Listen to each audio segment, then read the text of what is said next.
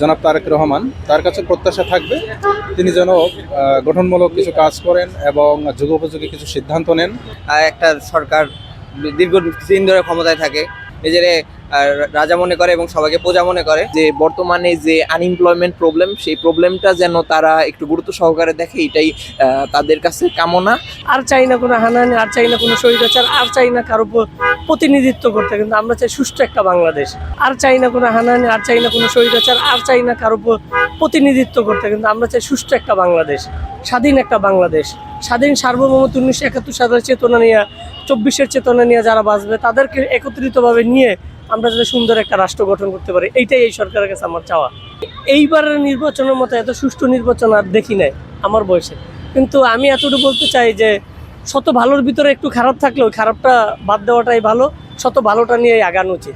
নতুন সরকারের প্রত্যাশা হচ্ছে তারা যে জুলাই সনদটি আছে, সেই জুলাই সনদটা যাতে তারা ফুলফিল করে এবং যে কতগুলো আমাদের যে সিস্টেমেটিক যে সমস্যা, এই সমস্যাগুলো দ্রুত যাতে সমাধান করে। যেমন ধরেন, একটা সরকার দীর্ঘদিন ধরে ক্ষমতায় থাকে, এটা একটা বড় ধরনের সমস্যা। এই দীর্ঘদিন ক্ষমতায় থাকলে নিজের রাজা মনে করে এবং সবাইকে প্রজা মনে করে। এই সমস্যা থেকে যাতে আমরা সমাধান হয়ে আসি, সবাই যাতে নিজেদেরকে মানুষ মনে করে এবং সরকার যাতে জনগণের সেবায় এগিয়ে আসে, নয় প্রজার যাতে সেবা না করে, জনগণের যাতে সেবা করে। ধন্যবাদ।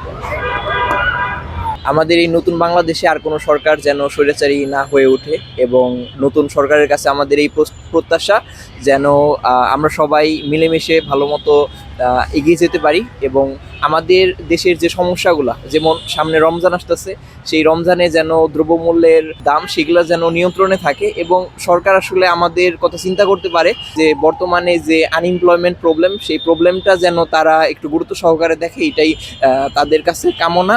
দুর্নীতির বিরুদ্ধে যেন তারা পদক্ষেপ নিতে পারে এবং প্রান্তিক পর্যায়ে যেন যে নেতাকর্মীরা আছে তারা যেন সবসময় একটু কন্ট্রোলে থাকে, সেটাই সবটাই আমাদের দাবি এবং আশা, এবং আমরা মনে করি এইভাবে বাংলাদেশ এগিয়ে যাবে সামনের দিকে। নতুন সরকার গঠন হয়েছে, এটা নতুন সরকারকে স্বাগত জানাই। বাংলাদেশের পার্সপেক্টিভে দুর্নীতি দূর করা, সুশাসন নিশ্চিত করা, এটাই বর্তমান সরকারের মূল এজেন্ডা হওয়া উচিত।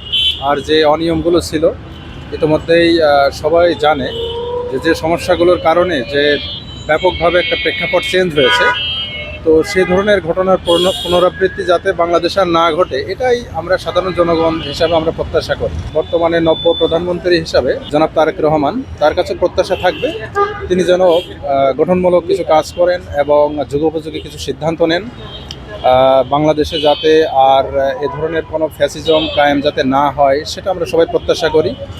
কারণ ঘুরে ফিরে যদি একই জিনিস বারবার আসে, তাহলে আসলে পরিবর্তন আর হলো কি? বিষয়টা এটাই, আমাদের সাধারণ জনগণের প্রত্যাশা এটাই আর কি।